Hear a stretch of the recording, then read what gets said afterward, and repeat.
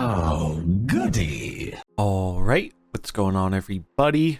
Zombies here again, and today we're back with another Marvel Snap video.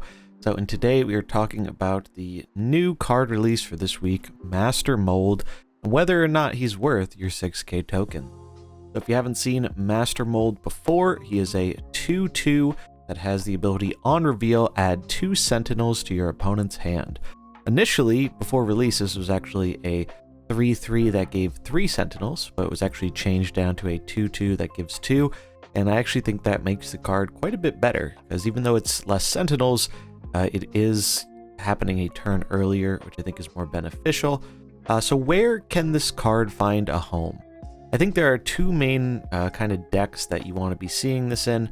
The main one is going to be Darkhawk decks. This kind of acts as another similar Black Widow effect, where if your opponent already has a decently full hand, this can essentially deny them a draw, and it kind of clogs up their hand where they can't just slam down the Sentinels to decrease their hand size, because Sentinels would just put another one back in the hand. So that is definitely one spot, and probably I think the main usage for this card is going to be focused around Darkhawk decks. So if you're a Darkhawk main, that's your favorite kind of card and archetype to build around, Master Mold might be a pretty reasonable choice for you, as right now our ways to kind of buff up the Darkhawk are rather limited in just Korg, Rock Slide, and Black Widow. So definitely seems pretty good for that deck. Another deck where this might actually be pretty decent is Ronin. So the inverse Devil Dino here, it gets bigger depending on your opponent's hand size, and giving them Sentinels is a pretty guaranteed way to make sure your opponent is going to have a rather large hand size. Now, is this going to propel those kind of Ronin decks to the top? Probably not, if we're being realistic. But if you're looking for a place where this card could definitely boost an archetype, I think that's a spot where it makes sense. I'll throw up some kind of Theorycraft builds here I put together that I think it could be good in for both of those decks. But the real question is this worth your 6k tokens? So I was initially pretty excited about this, but there are some other really awesome cards releasing this month and next month that personally I find a bit more exciting. So I'm not entirely sold on spending 6,000 tokens for this card, mainly because of its relatively limited use cases right now. It's possible in the future we get more kind of disruption cards, or more kind of fill the opponent's hand cards, and then maybe this gets better and supports kind of a new archetype.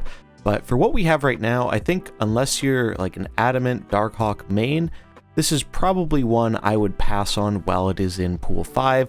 6k tokens is a lot, and especially when we have some very interesting heavy hitters coming later on this month in Kitty Pryde and Negasonic Teenage Warhead, I think it is worth saving your tokens currently.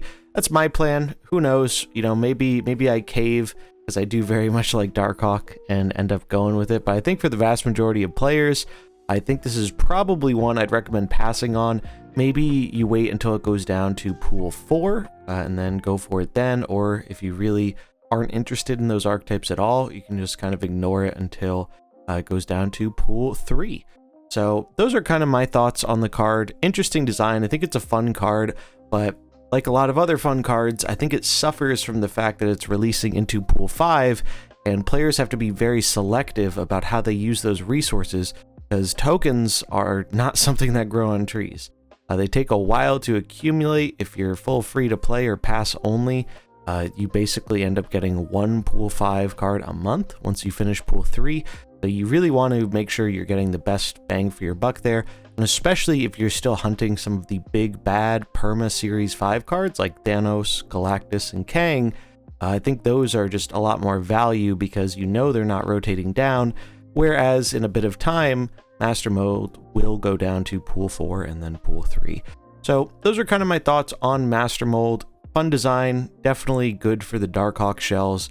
But I think for most players, it's probably one you should pass on and wait for it to rotate down the pools. But I'm curious what you think about this card. Is this one you're planning to pick up either in Pool 5 or when it drops down to Pool 4? Let me know what you think in the comments below. But that is going to wrap it up for this video.